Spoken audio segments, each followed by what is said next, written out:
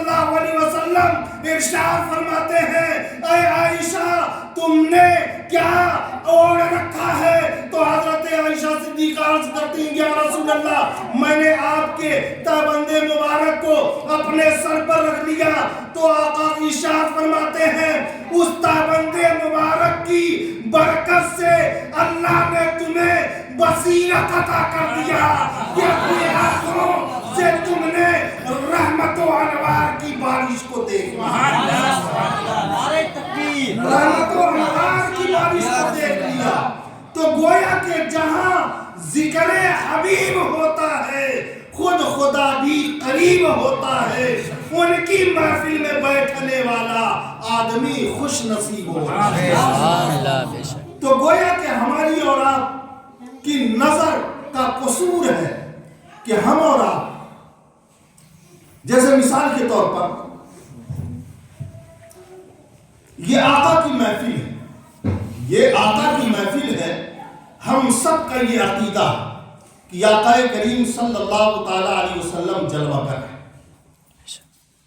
آقا کریم صلی اللہ علیہ وسلم ہم سب کو ملاحظہ فرما رہے ہیں، ہم سب کو ملاحظہ فرما رہے ہیں۔ اب اگر کوئی اعتراض کرنے والا اعتراض کرے، اعتراض کرنے والا اعتراض کرے کہ آقا کریم صلی اللہ علیہ وسلم کی دو آنکھیں، چشمانی مبارک دو آنکھیں، وہ دو آنکھیں دنیا میں کن کو دیکھتی ہوں گی؟ دنیا میں کن کو دیکھتی ہوں گی؟ تو اس کا بڑا سیدھا سادہ جواب ہے، اس کا بڑا سیدھا سادہ جواب ہے۔ اور آقا کریم صلی اللہ علیہ وسلم جہاں جہاں میلاد ہوتی ہے وہاں جلوہ گر ہوتے ہیں۔ آقا کی ایک ذات، آقا کی ایک ذات، اور دنیا میں لاکھوں محافل کہاں کہاں جائیں گے؟ تو اس کا جواب یہ ہے، آپ جو ہے ایک آئینہ لے کر کے آئیں، ایک آئینہ، اور آئینے کو 12 ٹکڑوں میں تقسیم کر دیجیے، یا 12 آئینہ لے کر کے آئیے، 12 جگہ رکھ دیجیے، اور 12 جگہ رکھنے کے بعد میں ایک بلب یہاں جلا دیجیے۔ اب دیکھیے وہ 12 آئینے میں یہ ایک بلب نظر آ رہا ہے یا نہیں؟ 12 میں آئے گا یا نہیں؟ آئے گا نا؟ بلب اپنی جگہ، لیکن روشنی اور وہ بلب 12 آئینوں میں نظر آ رہا۔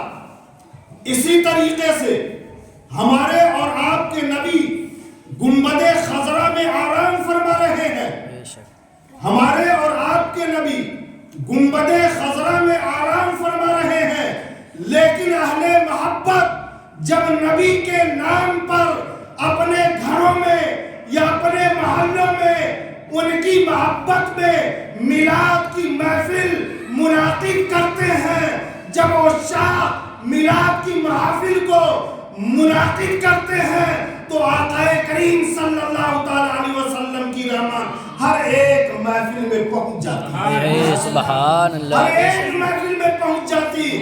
یہ تو اہل کم ظرف کا عقیدہ ہے، یہ تو بدبخت لوگوں کا عقیدہ ہے کہ جو نبی کی اس رفتار کو نہیں مانتے، نبی کی اس رفتار کو نہیں مانتے۔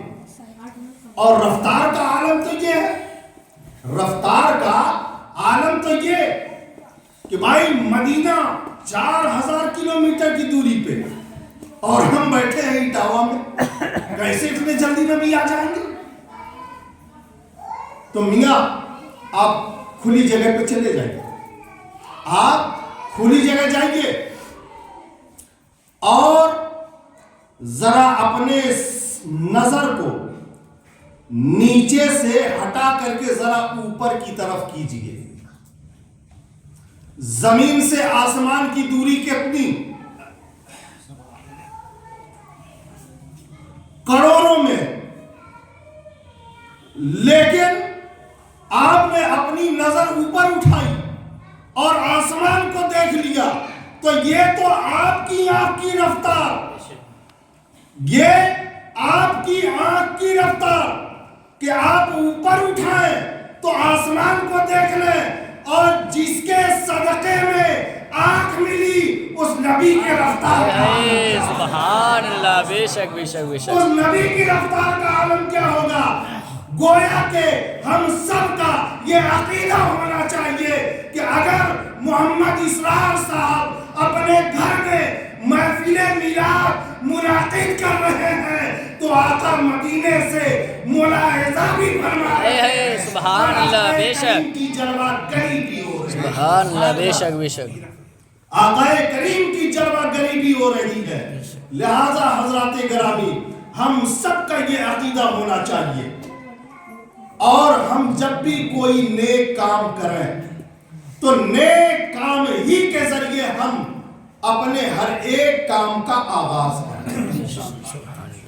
اچھا، ایک حدیث طیبہ بس، بھیا انہوں نے مکان بنوائی، اب محفل میلاد کو منعقد کرنے کی ضرورت کیوں؟ محفل میلاد کرنے کی ضرورت کیوں؟ تو دیکھیے، ایک صحابی حضرت نعیمان رضی اللہ تعالی عنہ، ان کی عادت کیا تھی؟ بڑے غریب تھے، بہت زیادہ غریب، مدینے میں آپ رہا کرتے تھے، اصحاب صفہ میں تھے، جو بدن پہ لباس ہے بس وہی لباس، لیکن اگر بازار سے کوئی حلوائی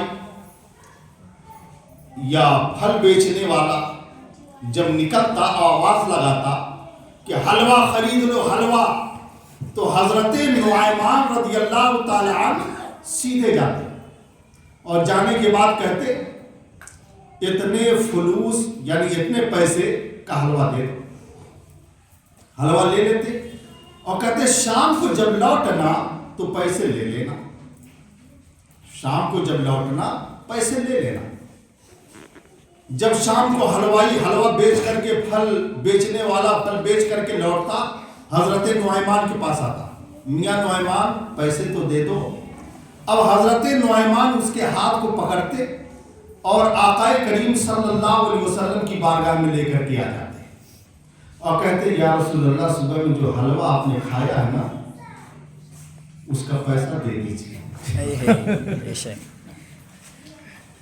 صبح میں جو آپ نے پھل کھایا تھا اس کا پیسہ دے دیجیے۔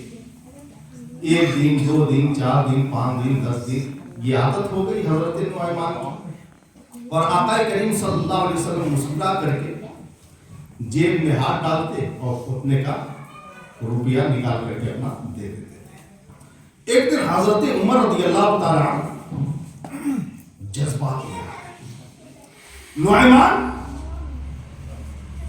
یہ تم کیا کرتے ہو؟ تمہاری محبت کا یہی تقاضا کہ تم ادھار کھلاتے ہو اور پیسے بھی نبی سے دلواتے ہو۔ جب حضرت عمر نے حضرت نعیمان کو ڈانٹا تو حضرت نعیمان رونے لگے۔ آقا کریم صلی اللہ تعالی علیہ وسلم نے حضرت نعیمان کو روتے ہوئے دیکھ لیا، حضرت نعیمان کے قریب آئے، آقا نے ارشاد فرمایا نعیمان کیوں رو رہے ہو؟ تو حضرت نعیمان نے پورا واقعہ بتا دیا۔